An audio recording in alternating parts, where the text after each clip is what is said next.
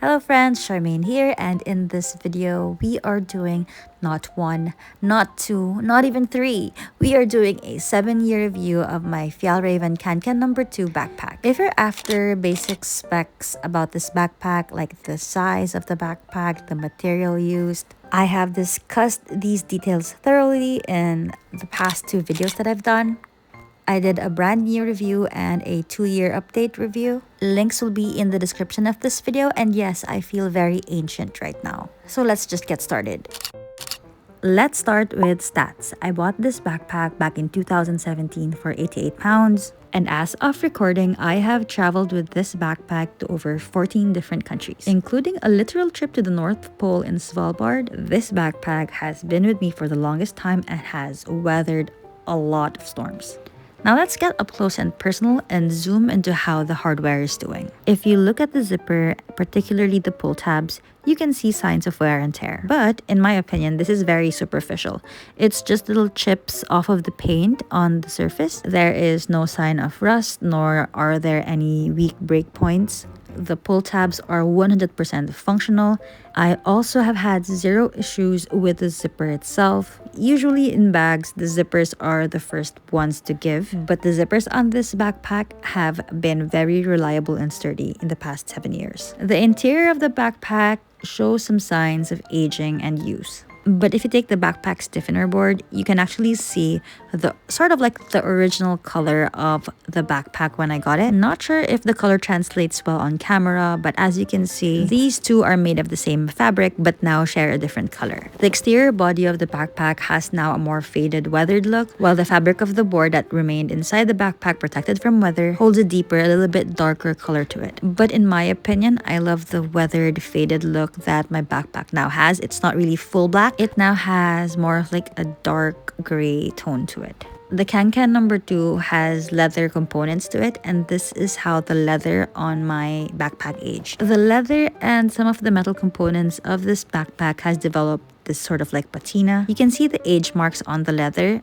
but this backpack has been through a multitude of climates, from the tropics to the Arctic, and I'm happy to report that there are 0 signs of flaking in any part of the leather components. Now let's talk about the straps. When I got this backpack back in 2017, I really thought that the weakest part of this backpack would be the straps. But I was proven wrong and they held up pretty well.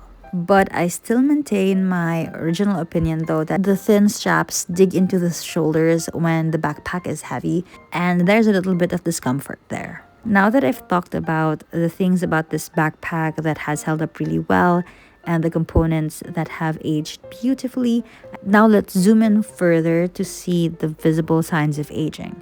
If you go to the bottom of the backpack, that's where the scuff marks are. You can see the little loose thread, and you also have the white scratch marks. In my opinion, these are just superficial, as my backpack remains 100% functional. Now let's talk about these iron-on patches that I've added to my backpack. Fun fact, it took me a little over 6 years to muster up the courage to customize my backpack. Did I regret it? Actually, no, because it added a whole new character to my backpack. It sort of like refreshed it in my eyes. But one thing that I've learned is invest in high quality patches. You can tell the quality of an iron-on patch depending on its build and the thickness of it. I knew the Paramore patch was not of high quality, but I ironed it on anyway, and I regret not following my instincts. It keeps on peeling every single time and I need to iron it back on. But that's the problem for another day. Now let me show you a realistic video of what's in my bag. So I'm just actually going to the museum and then going to a cafe afterwards. So I just have my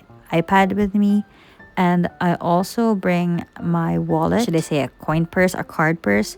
So I always have a tracker. This has saved me a million times. If you don't have a tracker, get one. I have my lip balm and some eye drops in there together with the tracker as well. So yes, I have a tracker on almost all of my bags and my wallets and my keys. Then of course I also bring my phone. I didn't really bring much because it's just a day out and I was out for only maybe like 3-4 hours and then came back home. And I also always bring a chupato with me. It's like a foldable shopping bag, which was helpful because we dropped by little after the coffee shop. And I also brought my Delphonics bag with me, so if you haven't seen it yet, check out the video of what's in my bag.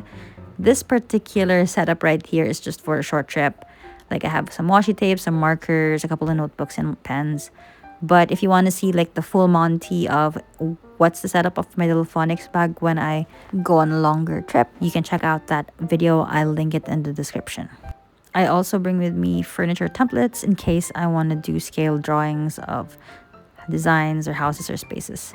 It's just there, and I think that's it. That's the only thing I brought for this trip to the museum. I might be overselling this quote-unquote trip to the museum, as I've been to this museum a couple of times, but every now and then, every couple of months, they have new exhibits.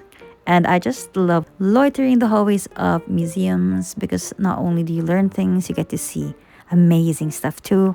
Then we went to my favorite coffee shop afterwards, and I did a little bit of digital journaling and a little bit of sketching, and that's pretty much it. So if you have made it this far in this video, it means that you've been thinking about purchasing the Kanken as well. If that's the case, I hope you found this video helpful. Happy to answer any additional questions that you have in the comments below. Thank you for watching, and I'll see you in the next video.